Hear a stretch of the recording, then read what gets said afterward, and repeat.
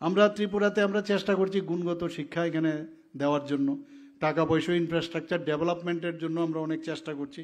2024 সালে প্রায় 153 কোটি টাকা আমরা খরচ করেছি যাতে করে নতুন ভবন, বিদ্যালয়ে নতুন ভবন হয়। এবং অনেক স্কুল আছে যেগুলো তৈরি হয়েছে কিন্তু সেখানে অনেক সময় দেখা যায় সেগুলো খারাপ হয়ে যায়। তো মেনটেনেন্সের জন্য আমরা প্রায় 2024-25-এ প্রায় 80 কোটি টাকার উপরে আমরা খরচ করেছি।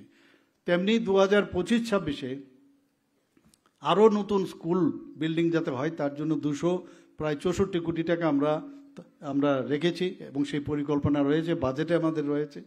2025-26-এ তেমনি মাইনর এবং মেজর যে তার যে রিপেয়ার করার যে বিষয়, মেনটেনেন্স করা, তার জন্য প্রায় 151 কোটি টাকার উপর আমরা রেখেছি। এনসিইআরটি প্রকল্প ত্রিপুরাতে আমরা স্টার্ট করেছি। ইংরেজি মাধ্যম, অনেকে ইংরেজি মাধ্যমের জন্য চেষ্টা করে, তো নতুন নতুন বিদ্যাজ্যোতি স্কুল আমরা এখানে শুরু করেছি। 125টা বিদ্যাজ্যোতি স্কুল আমরা করেছি।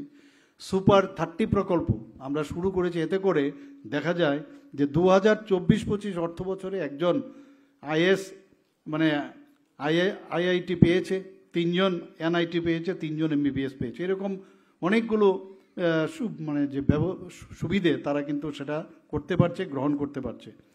মুখ্যমন্ত্রী মেধা পুরস্কার আমরা চালু করেছি এবং ট্যালেন্ট সার্চ এক্সামিনেশন সেই ব্যবস্থা আমরা করেছি। একটু আগে নবদলবাবু বলেছেন যে নবম শ্রেণীর ছাত্রছাত্রীদের এখানে আমাদের যে প্রকল্প আছে প্রায় 1,22,000-এর উপরে বাইসাইকেল আমরা বিতরণ করেছি। সেটাও আমি আধিকারিকদের সাথে কথা বলবো, সেটা এইরকম যে গভর্নমেন্ট এইডেড স্কুল বা প্রাইভেট স্কুলে সেটা দেওয়া যায় কিনা, যদি সেই ব্যবস্থা করানো যায় নিশ্চয়ই সেই ব্যবস্থাটা আমরা চিন্তা ভাবনা করব। প্রয়াস প্রকল্পে বিনামূল্যে আমরা ওয়ার্ক বুক আমরা দিচ্ছি।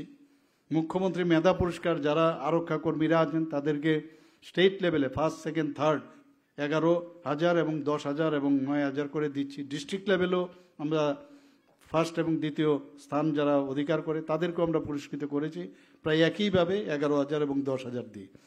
টিবিএসসি পরীক্ষার আমূল সংস্কার আমরা করেছি। প্রি প্রাইমারি ক্লাস চালু করেছি এবং আমরা বৃত্তিমূলক শিক্ষা, প্রধানমন্ত্রী যে বারবার এটার উপর জোর দিচ্ছেন যে আগামী দিনে যাতে, কারণ সবাই ডাক্তার ইঞ্জিনিয়ার হবে এরকম না, কেউ আইএস অফিসার হবে এরকম না, তাদের যদি বৃত্তিমূলক শিক্ষা যদি দেওয়া যায় তাহলে স্কুল থেকে বেরিয়ে কিন্তু তাদের মানে প্রতিষ্ঠিত হওয়ার সুবিধা থাকবে। সেই কাজটাও আমরা এখানে করছি। এখন পর্যন্ত প্রায় 426টি বিদ্যালয় এটা চালু করেছি এবং আগামী দিনে আরও 130টি বিদ্যালয়ে আমরা সেটা শুরু করতে যাচ্ছি। আমাদের 2 মাসের প্রস্তুতি মডিউল বিদ্যা সেতু 9 মাসের একটা কোর্স, সেটাও আমরা করেছি। ডিজিটাল, আজকাল ডিজিটালের উপর আমরা গুরুত্ব আরোপ করেছি এবং বন্দে ত্রিপুরা এবং 5টি বিদ্যালয় চ্যানেল আমরা শুরু করেছি। স্মার্ট ক্লাস আমরা আগে তো কোনোদিন ভাবতেই পারিনি যে ত্রিপুরাতে কোনোদিন স্মার্ট ক্লাস হবে এবং 227টি স্কুলে টিঙ্কারিং ল্যাব এবং 800 স্কুলের উপর আমরা স্মার্ট ক্লাস শুরু করেছি। সহজ পাঠ্যক্রম আমরা শুরু করেছি এবং CM7 chief minister scholarship for achievers towards higher learning, এতে করে 200 জন মেধাবী শিক্ষার্থীকে আমরা 60,000 টাকা করে বৃত্তি আমরা দিয়েছি। আমরা টিচিং লার্নিং ম্যাটেরিয়াল তার জন্য আপনারা সবাই জানেন প্রায় 2024-25-এ 18,90,00,000 টাকার উপর আমরা দিয়েছি। মিশন মুকুল সেই ব্যবস্থা আমরা এখানে শুরু করেছি। অঙ্গনওয়াড়ি যারা কেন্দ্রের যারা শিশুরা আছেন তাদের সাথে যাতে একটা ব্রিজিং হয় প্রাইমারি স্কুলে, সেই কাজটা আমরা করেছি। পিএমসি প্রকল্প এবং অভিন্ন যে প্রশ্নপত্র সেই পরীক্ষা আমরা এখানে শুরু করেছি। এখানে মুখ্যমন্ত্রী কন্যা নির্ভর যোজনা আমরা সেটা বিধানসভায় আমরা বলেছিলাম, সেখানে এবছর আমরা 140 জন মেধাবী ছাত্রীদের বিনামূল্যে আমরা স্কুটি প্রদান করেছি এবছর। আপনারা সবাই জানেন, গতকালও আমাকে যখন রাখি বন্ধন অনুষ্ঠানে অনেক মেয়েরা এসেছিল, ওনারা বলছিলেন যে 2022-এ আপনি ঘোষণা করেছিলেন, তো এইবার কি ঘোষণা করলেন? আমি তো এইবার তো প্রতি বছরই কিছু না কিছু ঘোষণা করতে থাকি।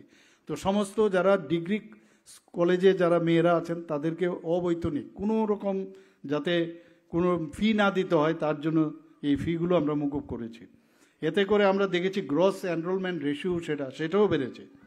আমাদের এবারের যে রেজাল্ট আমরা দেখেছি যে 2025 সালের যে মাধ্যমিক যে রেজাল্ট সেখানে আমরা দেখেছি প্রায় 86.53% আমরা পেয়েছে। 100% পাস করেছে 345 স্কুল, এবং উচ্চ মাধ্যমিকে দেখা গেছে আমাদের রেজাল্ট হয়েছে 79.29%, এবং 100% পাস করেছে 39 স্কুল। আমরা চাইছি যে আরও যাতে এই পার্সেন্টেজটা বাড়ে। বিদ্যাজ্যোতি স্কুল নিয়ে বিরোধী দলেরা খুব বলছিল যে বিদ্যাজ্যোতি স্কুল কিছুই ভালো রেজাল্ট না। এবারের বিদ্যাজ্যোতি স্কুলের রেজাল্ট কিন্তু খুব ভালো হয়েছে।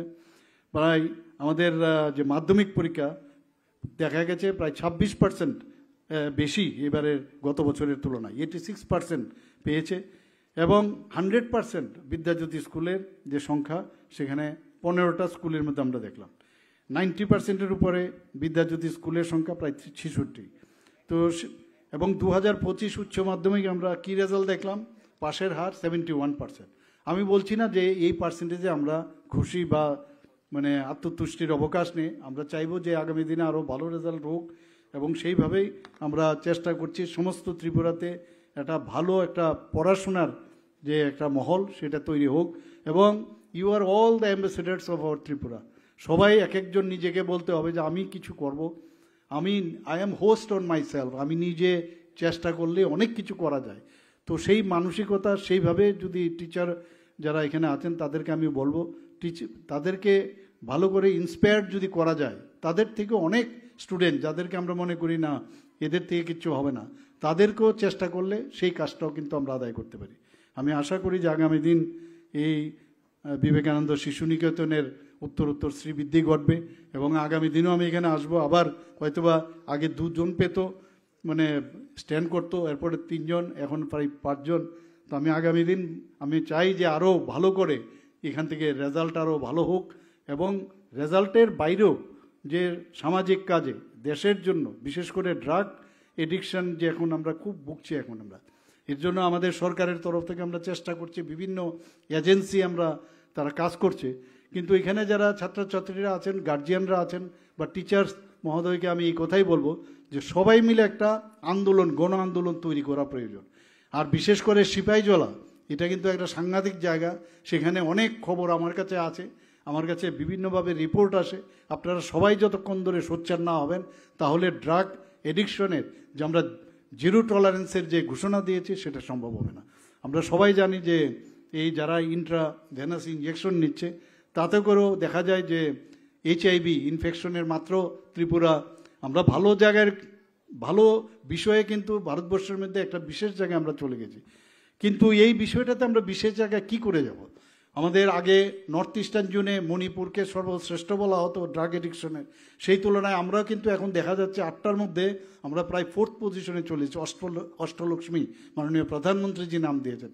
তো আমাদের জন্য এখন একটা চিন্তার বিষয়, কিন্তু এটাকে নিয়ে আমাদের যদি এটা প্রপারলি যদি তাকে আমরা প্রতিরোধ না করি, তাহলে আমাদের চিন্তার বিষয়। তো HIV নিয়ে আমাদের এখানে আমি বলবো যে এই বিষয়গুলো যারা শিক্ষক শিক্ষিকারা আছেন, এই বিষয়ে তাদেরকে মানে অ্যাওয়ারনেস করা প্রয়োজন। আমরা জানি HIV একবার যদি হয়, বিভিন্ন কারণে HIV হয়, কিন্তু ইন্ট্রাভেনাস ইনজেকশনে যখন HIV হয় এবং এদের করে সাইন অ্যান্ড সিমটম, উপসর্গ কিন্তু বোঝা যায় না যে আমি যে HIV-তে ভুগছি, তার জন্য আরও স্ক্রিনিংয়ের প্রয়োজন। সেই ব্যবস্থা আমরা করছি, সোসাইটি এখানে আছে, তারাও চেষ্টা করছে। তাতে করে দেখা যাচ্ছে অনেক বেশি এখানে ত্রিপুরাতে HIV ইনফেকশন। HIV একবার যদি হয় সেটা কিন্তু নির্মূল করা যায় না। তো ভাইরাল লোড যাতে কম থাকে সেই ব্যবস্থা করা। যারা ড্রাগ এডিক্টসে আসক্ত আছেন তাদের জন্য ওএসটি আছে, ওরাল সাবস্টিটিউট থেরাপি।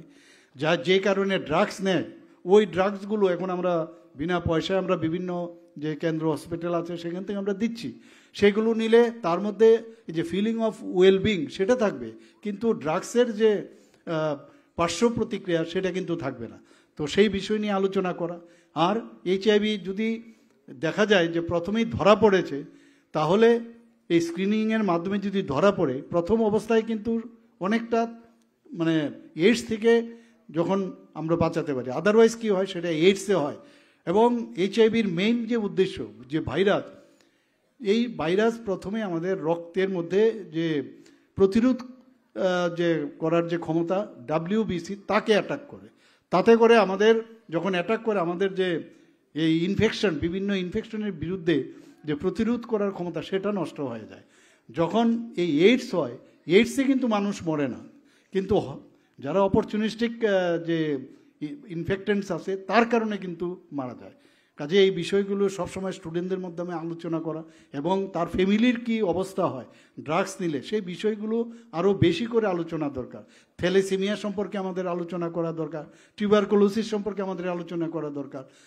সুস্থভাবে কিভাবে আমরা বাঁচতে পারবো, পড়াশোনা থাকবে, কিন্তু এই বিষয়গুলো যে সামাজিক বিষয় সেগুলো নিয়ে আলোচনা করা, খেলার বিষয়ে আলোচনা করা।